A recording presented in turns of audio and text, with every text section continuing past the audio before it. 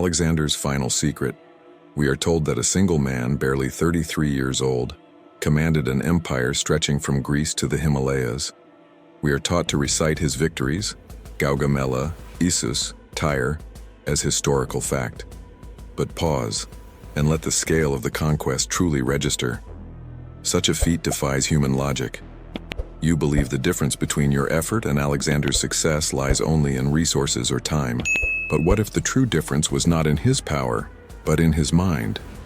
The conscious decision to stop living as a man and begin living as a self-created myth.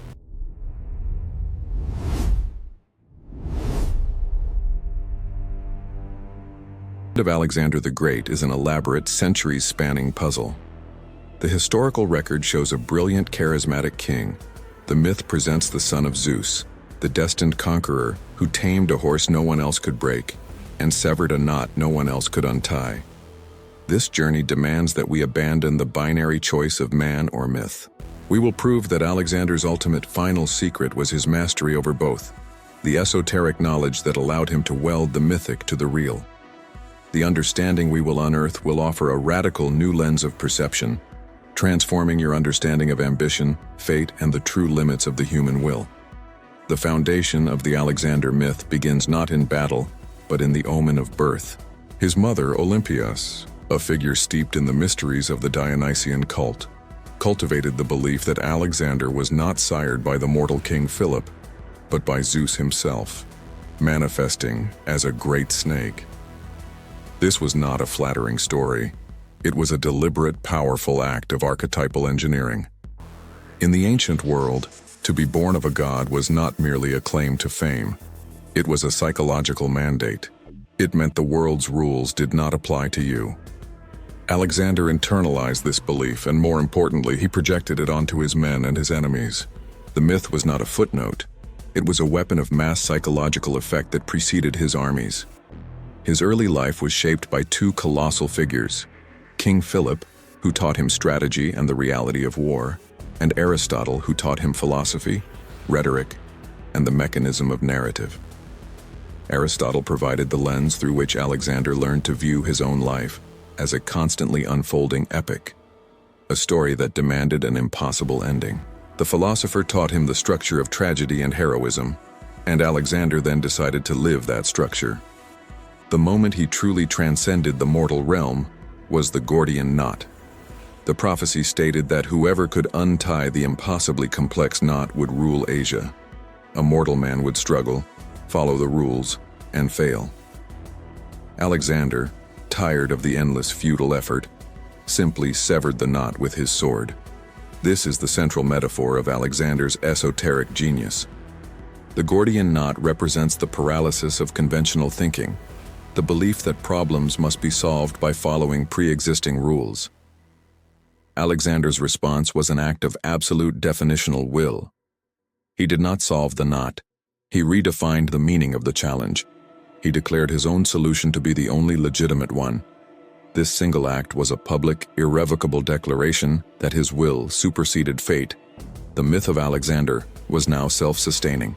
The historical military campaign was executed with a speed and ferocity that left no room for doubt. Alexander understood that the enemy did not need to be merely defeated. They needed to be psychologically shattered by the realization that they were fighting against a force of destiny. His troops followed him across deserts and mountains not just for gold, but because they genuinely believed they were part of a divine, predetermined saga. Consider the pilgrimage to the Oracle of Amun in Siwa. Deep in the Egyptian desert, Alexander journeyed to a secluded temple, emerging with the public confirmation that he was indeed the son of Amun, the Egyptian equivalent of Zeus. This move was pure psychological warfare, seamlessly fusing his Greek mandate with the Egyptian belief system. He didn't ask the oracle to affirm his power. He performed a ritual of self-coronation that bound him to the collective mythic consciousness of the lands he was conquering. We see the genius of Alexander's conquests, the seamless integration of legend and reality. But the myth holds a dark secret that challenges the very nature of human ambition. You look at Alexander's life and crave his unstoppable will. You seek the power to push past every limit. But the biggest lie is that a life lived as a mythic archetype can accommodate human limits or personal peace. The continuous pursuit of the impossible, of the very edge of the map, of the eternal battlefield, is not sustainable. The price of becoming a living myth is the dissolution of the man. The constant drive of the archetype forces the human vessel to break. The freedom we promised is not the freedom to conquer, but the freedom to choose your own limits. And the myth of Alexander teaches us that when you refuse to choose a limit, your fate will choose it for you. This is the ultimate lesson of his early death, a profound psychological and philosophical insight that compels us to continue and unlock the final secret of self-mastery. The drive for constant expansion eventually became a curse when his army refused to cross the Hyphasis River and enter India. Tired, broken, and desperate for home, Alexander faced the only enemy he could not defeat: collective human reality.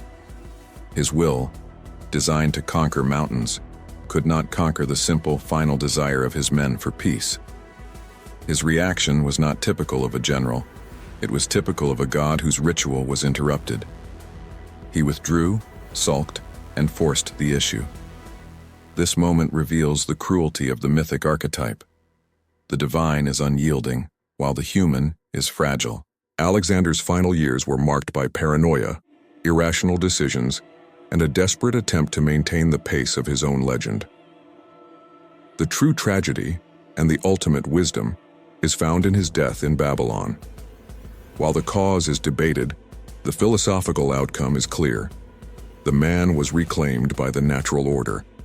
The body, neglected and constantly pushed beyond its biological limits in service of the myth, simply failed. The Alexander archetype remained immortal, but the vessel, the Alexander man, was destroyed.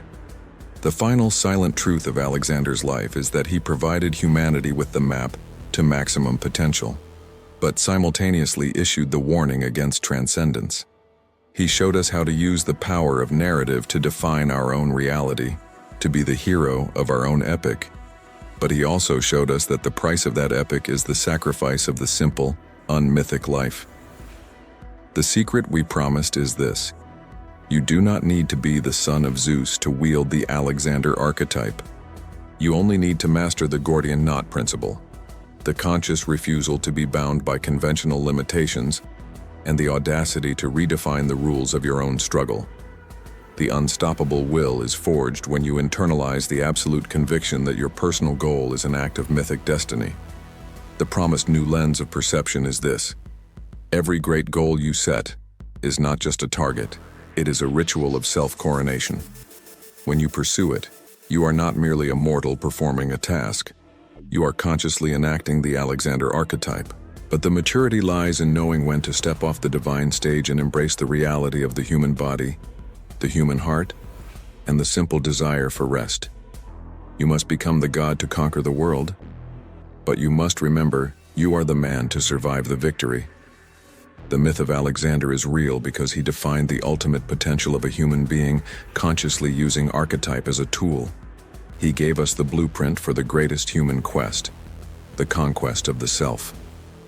If this journey into the architecture of ultimate ambition resonated with the inner conqueror in you, and if you are ready to wield the Alexander archetype in your own life, you know what to do.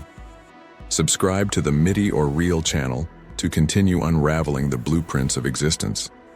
Like this video to signify your acceptance of the conquest, and share this knowledge with the one soul who is struggling with ambition, the one who needs to choose between the relentless myth and the sustainable reality.